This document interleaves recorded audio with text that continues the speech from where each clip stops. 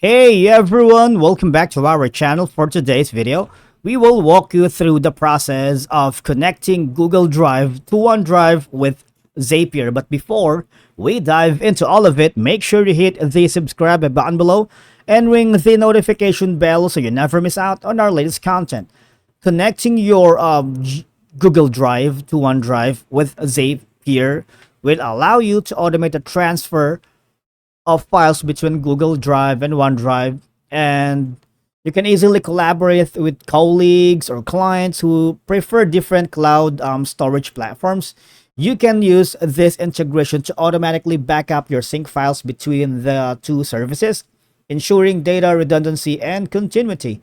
Streamline your workflow by automating file transfers, making it easier to manage and organize your documents. Also, guys, I just wanted to point out that you can also tailor the integration to your specific needs, deciding what files triggers actions in OneDrive and how the data should be mapped. All right.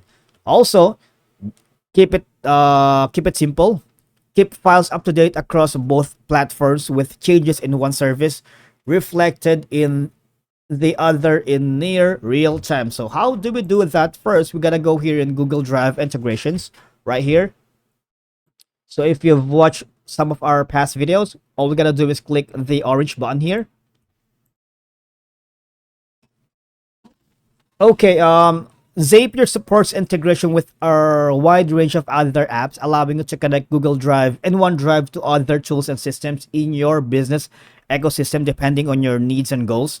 Now, for our first action, is gonna be the trigger.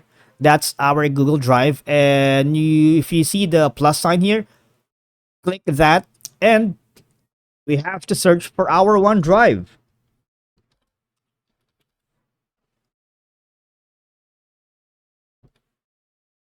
There you go.